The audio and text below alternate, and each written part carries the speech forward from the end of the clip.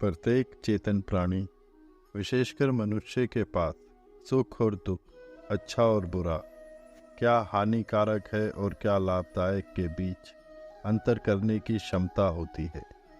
इन विभिन्न प्रकार की भावनाओं को पहचानने और उनके बीच अंतर कर पाने की इस क्षमता के कारण हम सभी इस मामले में बिल्कुल समान हैं कि हम सुख चाहते हैं और दुख नहीं चाहते हैं।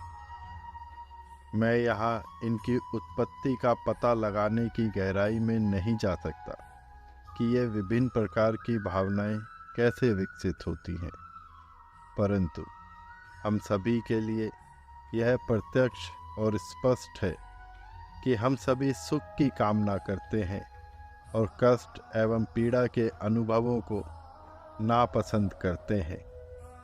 इसलिए ऐसा जीवन जीना अत्यंत महत्वपूर्ण है जो समर्थता और शांति को लाए, अशांति और खलबली नहीं।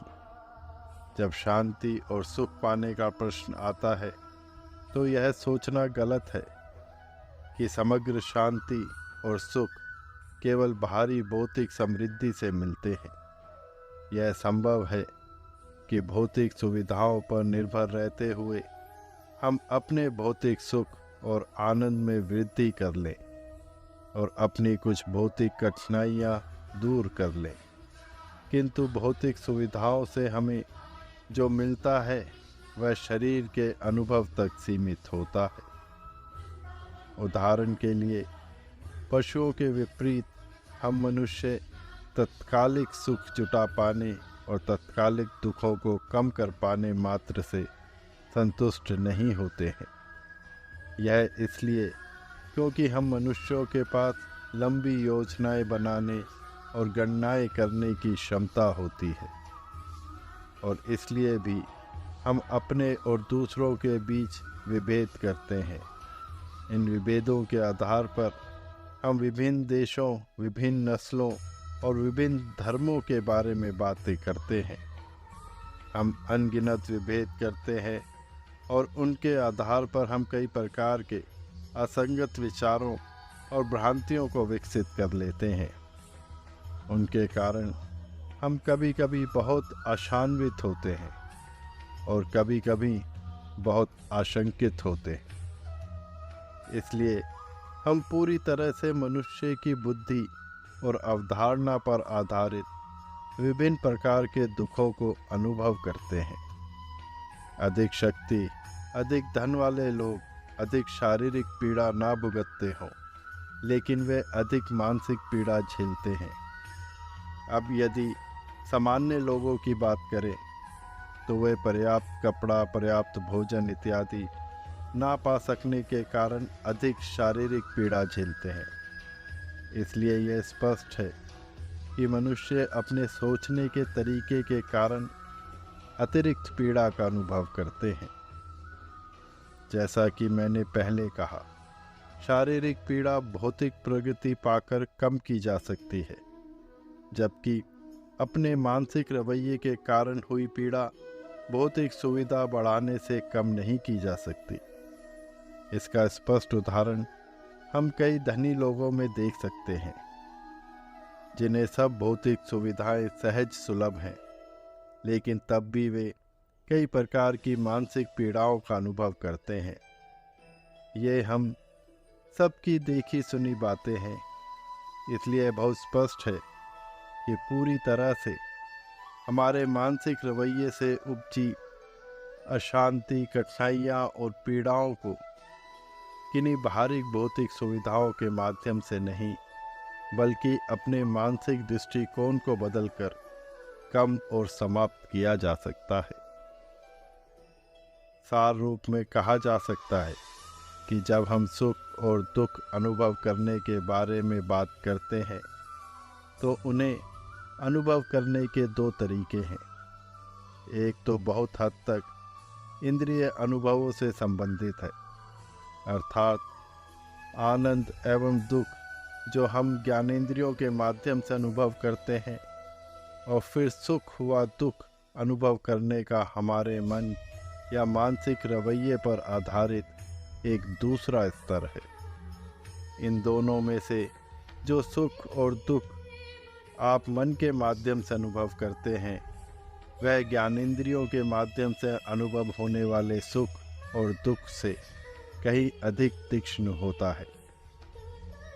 एक स्पष्ट उदाहरण है कि चाहे आपको सभी भौतिक सुविधाएं सुलभ उपलब्ध हों और यहाँ तक कि आपको किसी भी प्रकार की शारीरिक समस्या और पीड़ा भी ना हो, लेकिन तब भी यदि आपका मन अशांत है, जो मानसिक पीड़ा आप झेल रहे हैं उसे यह भौतिक सुविधाएं कम नहीं कर सकती हैं। दूसरी ओर भले ही आपको कुछ शारीरिक बेचैनी और पीड़ा है, परंतु यदि आप मानसिक रूप से स्थिति को स्वीकार कर रहे हैं तो आप उस शारीरिक पीड़ा को झेल पाने में सक्षम हो पाएंगे। उदाहरण के लिए ऐसे व्यक्ति को लीजिए जो कि किसी धार्मिक प्रथा को निभाने के लिए पूरी तरह से समर्पित है। उस धार्मिक प्रथा को करते समय उसको कई शारीरिक कठिनाइयाँ आ सकती हैं, फिर भी तृप्ति और संतुष्टि के कारण और अपने उद्देश्य की स्पष्टता के कारण वह व्यक्ति उन कठिनाइयों को कठिनाई के बजाय एक प्रकार के आभूषण के रूप में देखेगा। ऐसे कई उदाहरण हैं जहां लोगों ने अधिक महत्वपूर्ण उद्देश्य और लक्ष्य के लिए काम करते हुए अपने शारीरिक पीड़ाओं से पार पाया है। ऐसे मामले में भले ही हमें अनेक शारीरिक समस्याएं आती हों, हम उन शारीरिक समस्याओं को अत्यधिक हर्ष से, अत्यधिक प्रसन्नता से एक आभूषण के रूप में देखते हैं। सार रूप में कहें तो दोनों अनुभवी में से एक जो आप अपनी ज्ञानेंद्रियों से प्राप्त करते हैं और एक जो अपने मन से, उनमें मन वाला कहीं अधिक महत्वपूर्ण है। जब मानसिक समस्याओं से निपटने की बात आती है, जैसा कि मैंने कहा, पूरी तरह से अपने मानसिक रवैये और मानसिक दृष्टिकोण से उपजी समस्याएं अपने रवैये को बदलकर कम और समाप्त की जा सकती हैं। इसलिए मानसिक समस्याओं को समाप्त करने का एक रास्ता है, एक साधन है और एक प्रणाली है। और आगे जब हम मानसिक समस्याओं को दूर करने के लिए इन साधनों और प्रणालियों के बारे में बात करते हैं तो हमारे लिए अपने जन्मजात अच्छे मानवीय गुणों को जानना और पहचानना महत्वपूर्ण हो जाता है। उदाहरण के लिए मैं इसे ऐसे समझाता हूँ कि यदि आप इस मानव समाज को ध्यान से देखें, आप पाएंगे कि हम सामाजिक प्राणी हैं। इसका मतलब है कि हम समाज में रहते हैं और हम एक दूसरे पर पूरी तरह से निर्भर हैं। उस समय से जब हम जन्म लेते हैं और जब तक हम वयस्क नहीं हो जाते और अपनी देखभाल करने लायक नहीं हो जाते, यहाँ तक कि अपने शारीरिक कुशल क्षेम के लिए हमें दूसरों की दयालुता पर निर्भर रहने की आवश्यकता होती है। ऐसा हमारी अपनी जैविक संरचना के कारण है। हमारी अपनी शारीर की संरचना के कारण हम एक दूसरे के प्रति जितनी अधिक आत्मीयता और करुणा प्रदर्शित करते हैं और जितनी एक दूसरे की परवाह करते हैं, हम उतना ही शांति और सुख पाने में सक्षम होते हैं। इन मूलभूत मानवीय मूल्यों के लाभ के कारण हम कह सकते हैं कि ये मूलभूत मानवीय मूल्य महत्वपूर्ण है, ये आवश्यक है, इसलिए यह वांछित गुण है। तितली या कछुए के बच्चे जैसे कुछ अन्य उदाहरणों के मामले में ऐसा लगता है कि माँ और तितली एवं कछुए के बच्चे के बीच कोई विशेष निर्भरता नहीं है। उदाहरण के लिए तितलियों के मामले में जब अंडे दे दिए गए होते हैं, बच्चा अपने अभिभावकों से मिलने में असमर्थ होता है और कछुए के मामले में तो वे अंडे देने के बाद गायब हो जाते हैं। यद्यपि आप उनकी माँ को उनके पास लाए तो भी मुझे अंदेशा है कि ये बच्चे अपने अभिभावकों के प्रति किसी भी तरह की प्रतिक्रिया या किसी भी प्रकार का प्रेम और स्नेह दिखा पाने में शायद ही सक्षम होंगे, क्योंकि वे जन्म से ही आत्मनिर्भर जीवन जीते हैं। यह उनके अतीत जीवन की आदतों या उनकी शारीरिक संरचना के कारण हो सकता है। कछुए के बच्चे के मामले में उनके अतीत जीवन की आदतों या उनकी शारीरिक संरचना के कारण वे अपनी देखभाल स्वयं करने में सक्षम हैं। जब वे समुद्र की लहरों की आवाज़ें सुनते हैं, वे धीरे धीरे समुद्र की ओर आते हैं और अपनी देखभाल स्वयं करने में सक्षम होते हैं। जाहिर है कि माएँ बच्चों को आमंत्रित करने नहीं आती और उन्हें तैरना इत्यादि नहीं सिखाती। ये चीज़ें वहाँ नहीं हैं, इसलिए वे आत्मनिर्भर जीवन जीते हैं और वहाँ हमें बच्चों और अभिभावकों के बीच अधिक स्नेह दिखाई नहीं देता है। अब यदि हम मनुष्यों का उदाहरण लें, अपनी शारीरिक संरचना के कारण अपने जन्म से ही हम अपने अभिभावकों के प्रति गहन प्रेम और स्नेह दिखाते हैं, विशेषकर अपनी माँ की ओर। मैं इन बिंदुओं को अतीत और भविष्य को स्वीकार करने के दृष्टिकोण से या धार्मिक विषय के रूप में नहीं समझा रहा हूँ, किंतु यदि आप ध्यान से देखें कि कैसे मनुष्य जीवित रहते हैं और कैसे मनुष्य विकसित होते हैं, तो आप पाएंगे कि अपने अस्तित्व को बनाए रखने के लिए हम पूरी तरह से मानवीय मूल्यों, मानवीय प्रेम और मानवीय करुणा पर निर्भर है। और मनुष्य के बच्चों के मामले में तो जन्म के समय से ही वे माँ के दूध पर निर्भर हैं।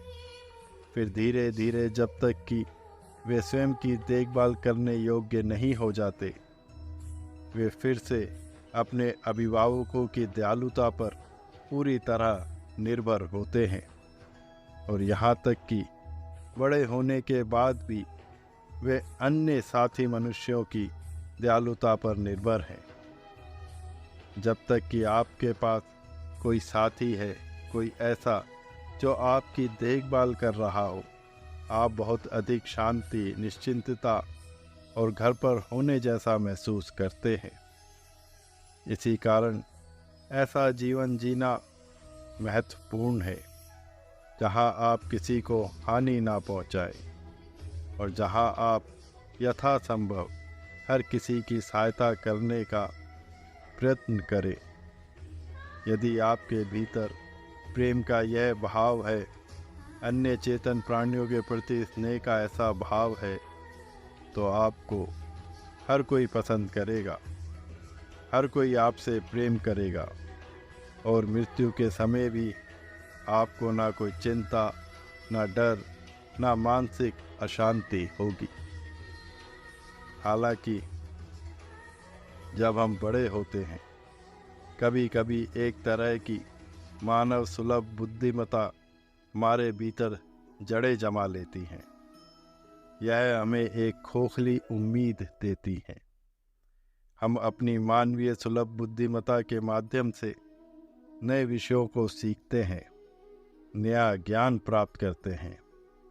इस तरह के ज्ञान के साथ हम कभी कभी सोचते हैं, विशेषकर जब आप बहुत सफल हो, मैं दूसरे लोगों पर दोष जमा सकता हूँ, मैं दूसरे लोगों का शोषण कर सकता हूँ, क्योंकि मेरे पास अद्भुत बुद्धिमत्ता और ज्ञान है।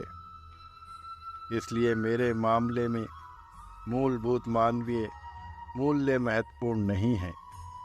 आपके भीतर इस तरह की खोखली उम्मीद का भाव आ जाता है। इस तरह आप एक अलग तरह के मानसिक रवैये और दृष्टिकोण को विकसित कर लेते हैं और दूसरे लोगों का शोषण करने और उन पर दोष जमाने में संकोच नहीं करते हैं। जैसे कि इस तरह से आप कुछ लाभ उठाने में सक्षम हो गए हों।